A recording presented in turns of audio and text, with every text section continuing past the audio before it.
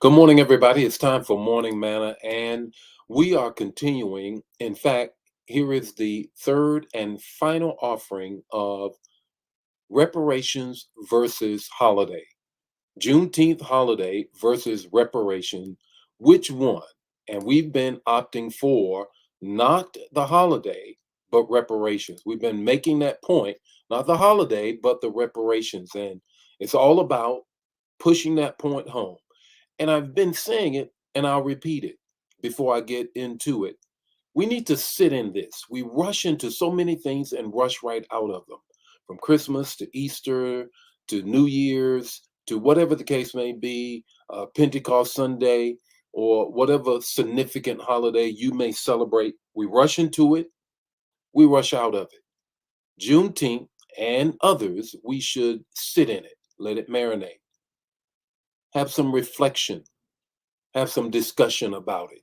And that's what we want to talk about on this morning, the final offering, the final sharing of this, the final sharing of this.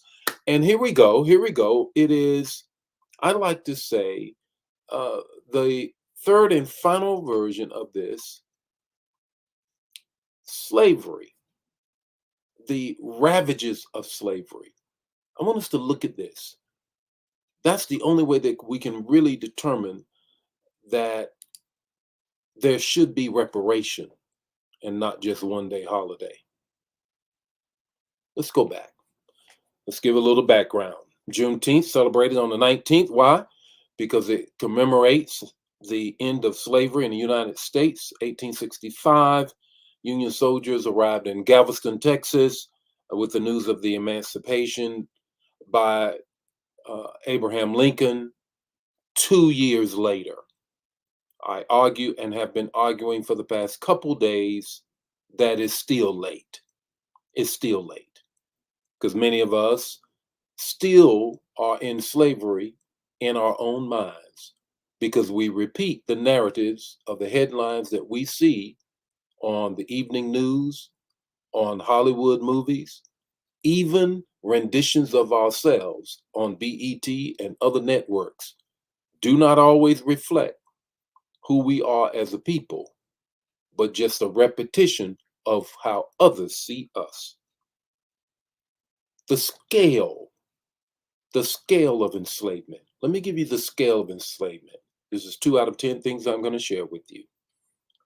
An estimated 12.5 million Africans, enslaved humans, enslaved people. 12.5 million. Approximately 2 million died in the Middle Passage. The Middle Passage is, of course, the Atlantic Ocean between the Gold Coast of Africa, West Africa, and America, and the Americas. About 2 million died in the transport. 10 million landed on these soils. That is human trafficking. And we're all in an uproar about it now. And we should be. But let's remember this. There it was. The golden version of it, if you will. The diamond of it, if you will, was the international slave trafficking of African people, enslaved people. It's the original sin of America, the original sin of America. And until we, as America, the government asks for forgiveness of it, we will all be victims of it. We always talk about, always playing a race card, you're playing a race card. No, until America says, hey, what? Do like South Africa did. When Nelson Mandela won, he had a truth commission that helped cleanse the country to come to grips with what they had done with apartheid. We've never had such.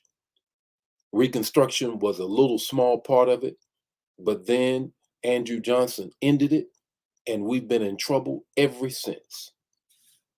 12.5 million Africans enslaved. 2 million died in the Middle Passage. The Middle Passage, a harrowing voyage laying on top of each other, dying as we came, having babies on the ship, dying overboard, or I should say diving overboard, because I'd rather die than to be enslaved. The fourth thing I want to share is during emancipation, the population of enslaved Africans was around 4 million. You will know this if you look at the first census, their enslaved individuals were counted, and that is the census of 1870. If you go back and look at that census, you will find, because before then we were property. Before then we were property, and still in the eyes of many at that point. But now when you go back and you look at the census, you will find that on those farms, they will then count enslaved people, now sharecroppers, now still farmhands, now still working on the same place that they were enslaved. About 4 million or so. What's the economic, number five, what's the economic impact? The economic impact and GDP, the gross national product of the country. The economic impact of slavery by 1860 in the South was approximately $3.5 billion. About $3.5 billion of cotton, tobacco, and other kinds of products. The economic, $3.5 billion.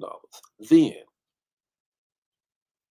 the average plantation size during that time had about 20 to 50 enslaved people. But the further south you got, the Mississippi Delta, and so on and so forth, the larger the plantations were hundreds. Candyland comes to mind of the movie. Wow. Now, if you look at this, if you look at the wealth that is generated by slavery in today's dollars from 1619 to 8, to get this, from 1619 to 1865, in today's dollars would amount to literally trillions. Trillions. This immense wealth built many American institutions that we have today and underpins the rise of the economic power of the United States. 1619 to 1865, the GDP, the gross domestic product, or the gross national product, either one you want to use, in the trillions, literally in the trillions. And you ask me, do I want a day or reparation? You want to ask me that question? Okay. All right. I'll tell you what I want. Keep your day. Give me my money.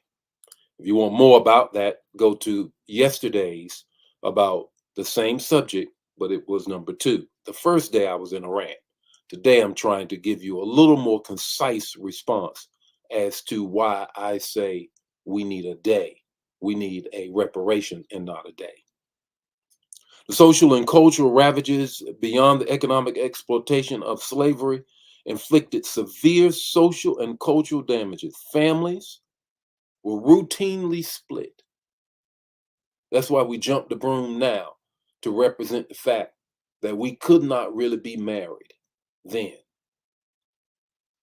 The legacy is still a part of our culture. The end of slavery did not mark the end of racial injustice. The systematic inequalities established during the era of slavery have persisted through Jim Crow laws, segregation, and ongoing.